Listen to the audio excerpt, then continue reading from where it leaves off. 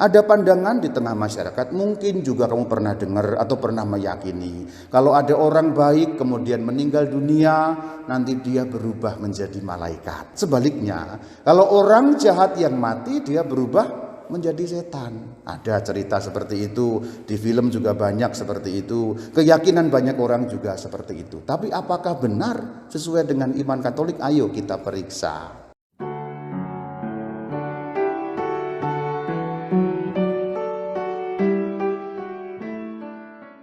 Kalau kita melihat di dalam iman Katolik, sebenarnya hal itu tidak benar. Manusia baik yang mati tidak berubah menjadi malaikat, atau manusia jahat yang mati tidak berubah menjadi setan. Tidak ada perubahan nanti di akhirat, manusia ya tetap manusia. Manusia baik tentulah setelah pengadilan yang namanya pengadilan pribadi atau pengadilan khusus, yaitu detik pada saat orang meninggal. Manusia yang baik dalam arti setia kepada hukum Tuhan, dia langsung berada di kebahagiaan surgawi. Bahasa kita gampangnya surga. Atau kalau masih ada dosa-dosa venial, kecil yang tidak membuat dia masuk neraka, maka masih melalui purgatorium atau api penyucian untuk sampai kepada surga. Kalau manusia jahat dalam arti melawan hukum Tuhan, tidak setia kepada Tuhan, menghujat Tuhan, berbuat jahat kepada sesama, tentulah pada saat detik dia mati sudah akan memasuki siksaan kekal abadi atau hukuman yang abadi, atau kita menyebutnya neraka. Jadi tetap manusia, hanya manusia yang mati kemudian wujudnya manusia dalam roh saja, karena badannya ada di tanah. Jadi tidak ada yang berubah. Manusia mati ya tetap manusia, hanya wujudnya di dalam alam rohani atau akhirat atau alam roh, wujudnya roh saja. Nunggu nanti pada saat kebangkitan badan atau hari kiamat, kedatangan Kristus yang kedua, rohnya tadi dipertemukan kembali dengan badannya, yang badan itu nanti akan dibangkitkan. Kita mengenalnya dalam iman tentang kebangkitan badan. Jadi manusia mati tidak berubah jadi apa-apa, mau jahat mau baik, hanya tempatnya saja yang berbeda. Lalu kalau ada pernyataan, berarti setan dari apa? Setan itu dari malaikat. Lalu malaikat dari apa? Malaikat dari ciptaan Tuhan tapi makhluk rohani. Ini berbeda dengan manusia. Manusia makhluk rohani dan jasmani, jadi ada dua bagian dalam diri kita. Maka kita punya badan tapi juga punya roh yang disatukan dalam diri satu Bayu ini, lalu menjadi manusia yang disebut Bayu, terdiri dari rohnya Bayu, badannya Bayu. Beda dengan malaikat. Kalau malaikat adalah makhluk rohani murni, tidak punya badan. Sejak semula diciptakan, sebelum penciptaan bumi dan sebelum penciptaan manusia, malaikat diciptakan sebagai makhluk rohani murni yang tidak ada badannya. Nah, setan itu dari malaikat, sepertiga malaikat kemudian berontak kepada Allah. Malaikat yang berontak menjadi jahat inilah disebut setan. Jadi setan itu sebenarnya apa? Istilah untuk menyebut malaikat yang berontak kepada Allah. Nah, mereka sampai akhir zaman dan selama-lamanya tidak bisa bertobat karena mereka ada di dalam dunia akhirat, dunia rohani. Maka tidak ada pertobatan bagi malaikat yang jahat yang disebut setan tadi. Jadi ini dua hal yang berbeda. Maka kalau mendengar film, menonton film, cerita-cerita, nanti kalau mati jahat, enggak berubah jadi itu. Setan ya setan. Setan adalah malaikat yang memberontak kepada Allah. Itulah ajaran gereja Katolik. Dan juga yang kedua, aku ingin menegaskan supaya tahu ajaran Katolik dengan benar mengenai alam arwah, alam roh. Sering kalau dalam adat kebudayaan suku-suku bangsa di Indonesia, yang aku tahu suku Jawa percaya begitu, Tionghoa percaya begitu, saya kok menduga Flores pun juga ada kepercayaan seperti yang nanti akan saya sampaikan. Batak kayaknya juga punya, yaitu kalau manusia mati itu tidak langsung kembali ke akhirat, tapi masih beredar di dunia ini. Terutama kalau mereka yang berbuat jahat atau matinya pecicilan, matinya tabrakan, matinya gantung diri, matinya yang serem dan ngeri-ngeri begitu, bergentayangan di tempat itu. Umpamanya ditabrak di perapatan. Lalu di perapatan itu rohnya masih berkeliaran di situ, setiap malam nangis.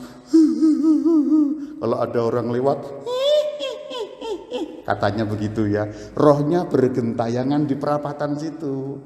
Terutama kalau kejadian yang mengerikan atau gantung diri di bawah pohon asem. Lalu nanti setiap malam di bawah pohon asem orang mendengar.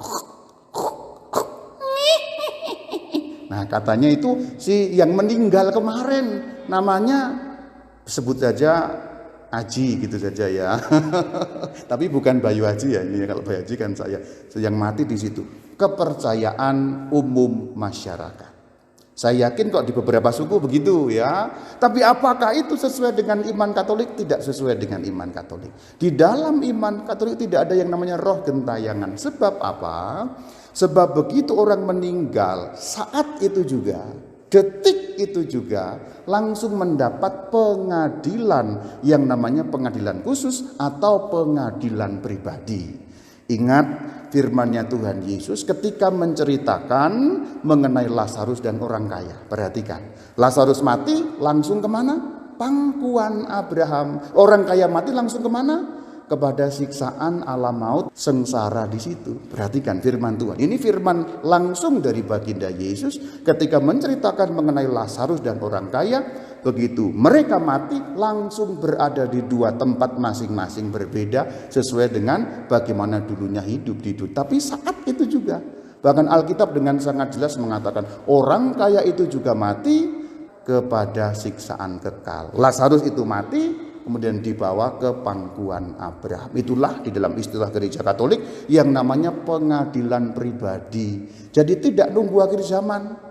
Nunggu nanti akhir zaman itu pengadilan terakhir ketika sudah dihidupkan kembali badan yang mati tadi. Jadi bedanya apa? Pengadilan pribadi saat orang mati atau namanya pengadilan khusus yang diadili rohnya. Tapi langsung kemudian tempatnya jelas. Pengadilan terakhir yang diadili roh dan badan yang sudah kembali setelah mengalami kebangkitan badan nanti pada akhir zaman. Artinya kalau kita mengikuti ajaran gereja itu, saat mati detik itu juga diadili, tidak ada roh gentayangan. Lazarus tidak bisa gentayangan, orang kaya juga tidak bisa gentayangan. Demikian juga semua manusia di dunia ini berdasarkan firman baginda junjungan kita Yesus Kristus, jelas detik itu mati langsung kemana arahnya. Artinya roh gentayangan tidak ada. Lu nyatanya ada, Romo. Nyatanya ada. Saya pernah mengalami katanya, ada yang cerita gitu. Waktu itu yang tabrakan itu saya ditambaki yang tabrakan. Nah, memang kejadian seperti itu ada. Tetapi itu bukan roh orang yang mati di perapatan itu, melainkan setan yang menyerupai orang yang mati. Atau roh jahat yang menyamar sebagai orang yang meninggal itu untuk menyesatkan orang-orang di sekitar supaya orang-orang mengira bahwa yang mati masih ada di perapatan situ. Demikian juga berlaku untuk yang mati biasa, bukan yang ngeri-ngeri. Kalau yang mati biasa misalnya saudara sendiri atau engkong kita atau saudara tante kita dan sebagainya, misalnya kakek meninggal. Katanya kalau orang Jawa bilang harus nunggu 40 hari. Dia beredar dulu seputar rumah. Bener enggak Pak kalau orang Jawa bilang gitu? Bener toh. Nah itu orang Jawa, kebudayaan Jawa. Dugaan saya ini juga diyakini orang Tionghoa. Kalau orang Tionghoa sampai 49. Angkanya bisa beda-beda. Tapi intinya dalam waktu tertentu masih beredar seputar rumah. Enggak tahu, Batak mungkin juga kenal begitu. Flores mungkin juga kenal seperti itu. Saudara, kalau di dalam ajaran gereja Katolik hal seperti itu tidak ada. Kakek yang menampakkan diri enggak ada. Tidak mungkin, karena apa? Kakek yang meninggal langsung diadili detik itu juga. Nyatanya ada, Romo. Ya pernah ada yang cerita. Ada, Romo, kakek saya muncul merokok cerutu katanya. Ada memang kejadian si kakek, tapi ini dalam hal seperti itu persis sama dengan kasus tabrakan tadi. Roh kakek sudah sampai di akhirat dan diadili, tapi roh kakek yang muncul sampai mungkin di sekitar rumah berkali-kali itu adalah roh jahat yang menyamar. Untuk apa? Mengelabui orang-orang yang masih hidup supaya mengira yang muncul itu adalah kakeknya sendiri, padahal itu adalah roh jahat setan yang berusaha mencari kaitan supaya dapat menyesatkan manusia. Jadi demikian kira-kira secara ringkas bagaimana dunia roh, yaitu yang terkait juga dengan dunia roh jahat, supaya kita tidak disesatkan. Karena hal-hal seperti ini perlu dijawab secara iman Katolik dengan landasan-landasan Alkitab, supaya pemahaman kita, pikiran kita tidak keliru. Kalau pikirannya keliru, melakukan sesuatu nanti keliru. Contoh yang keliru, kemarin engkong muncul maksudnya apa ya? Lalu cari yang namanya orang pinter, yang katanya pinter, padahal dia akar kuadrat 25 dia nggak tahu jawabannya, berarti nggak pinter sebenarnya ya. Tapi orang bilang orang pinter gitu loh. Lalu berusaha menembus kakek itu. Oh, kata kakek begini, kata kakek begitu. Nah, ini tertipu sudah. Artinya si orang yang dibilang orang pinter itu tadi datang menghubungi rohnya kakek, padahal kita tahu kakek sudah di akhirat dan rohnya kakek tadi siapa? Setan yang menyamar. Maka penipuan di situ berlangsung. Artinya pikiran yang keliru, tindakan akan keliru. Maka hal-hal seperti itu perlu kita cek dalam ajaran Katolik. Meskipun kita dengar dari masyarakat begini begitu, tapi itu tidak ada sumbernya dari Alkitab. Pegangan kita Alkitab, firman Tuhan, dan ajaran gereja.